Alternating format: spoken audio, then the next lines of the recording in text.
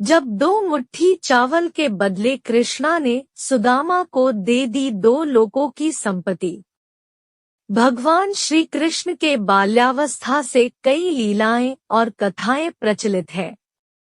कई कथाओं में कृष्ण के मित्रों का जिक्र भी किया गया है। श्री कृष्ण के कई मित्र थे। उनके सखा मंडली में मधुमंगल, सुबाहु, सुबल, भद्र, सुभद्र, मणिभद्र, भोज, तोककृष्ण, वरुथप, सुदामा, मधुकंड, अर्जुन, विशाल, रसाल, मकरंद, सदानंद, चंद्रहास, बाकुल, शारद, बुद्धिप्रकाश जैसे कई मित्र थे। इन्हीं में एक थे सुदामा, जो कि कृष्ण के खास और प्रिय मित्र थे। कृष्ण और सुदामा की मित्रता एक मिसाल है। बचपन के दिनों में ही कृष्ण ने सुदामा को वचन देते हुए कहा था कि मित्र, तुम जब भी संकट में खुद को पाओ मुझे याद करना, मैं जरूर अपनी मित्रता निभाऊंगा। और बाद में श्री कृष्ण ने अपना वचन भी निभाया। श्रीमद् भागवत महापुराण के अनुसार बाल्यकाल में एक बार कन्हैया और सुदामा को उनकी गुरुमाता ने वन में लकड़ी लाने भेजा और साथ में उनके खाने के लिए कुछ चने एक पोटली में बांध दिए।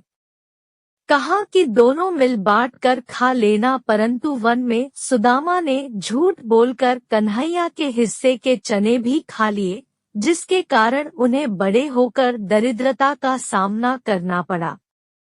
बाल्याकाल में भले ही कृष्ण, सुदामा और अन्य मित्र एक साथ पढ़ते थे, लेकिन एक समय ऐसा आया कि जब श्री कृष्ण द्वारका के राजा बन गए और उनके मित्र सुदामा इतने गरीब हो गए कि भोजन की व्यवस्था करना भी कठिन हो गया। सुदामा अपने परिवार का लालन पालन करने में भी असमर्थ हो गए। तब सुदामा की पत्नी सुशीला ने उन्हें द्वारका जाकर द्वारकाधीश श्री कृष्ण से मदद मांगने को कहा। सुशीला की बात सुनकर सुदामा थोड़ा हिचकिचाए, लेकिन सुदामा के पास इसके अलावा अन्य कोई रास्ता भी नहीं बचा था, इसलिए वे मदद मांगने के लिए श्री कृष्ण के पास जाने को तैयार हो गए।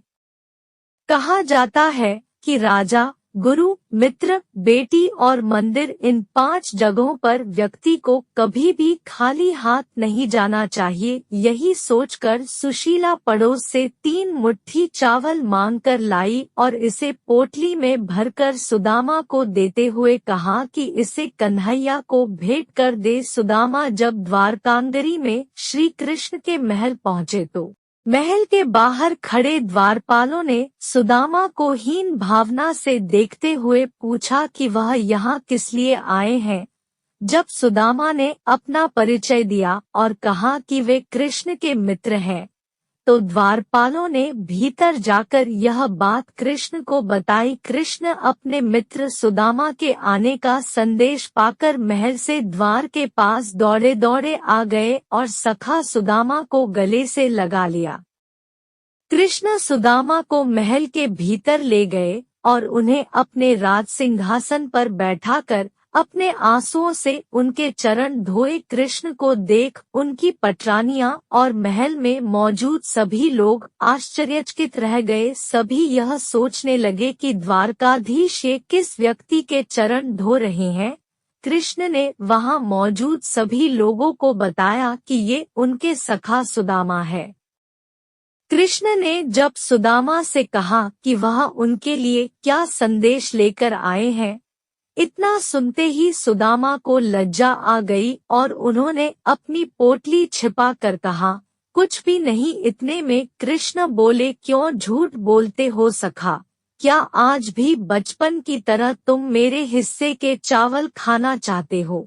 यह कहते हुए कृष्ण ने खुद ही सुदामा से वो पोटली ले ली और चावल खाने लगे। जैसे ही कृष्ण ने 1 मुट्ठी चावल खाई तो इसके बदले उन्होंने सुदामा को 1 लोक की संपत्ति दे दी। इसके बाद कृष्ण ने दूसरी मुट्ठी चावल खाकर सुदामा को 2 लोक की संपत्ति दे दी, लेकिन कृष्ण तीसरी मुट्ठी चावल खाने जा ही रहे थे कि रुक्मणी उन्हें रोकते हुए बोली, प्रभु, यदि आप तीनों लोक की संपत्ति इन्हें दे देंगे तो अन्य सब जीव और देवता कहाँ जाएंगे। रुक्मणी की बात सुन कृष्ण रुक गए। इस तरह कृष्ण ने सुदामा की मदद की और प्रेमपूर्वक उन्हें विदा किया और सुदामा की बिगड़ी बना दी। ऐसी ही वीडियो के लिए चैनल को सब्सक्राइब करें और वीडियो को लाइक करें और कमेंट बॉक्स में अपनी राय दें। वीडियो देखने के लिए धन्यवाद।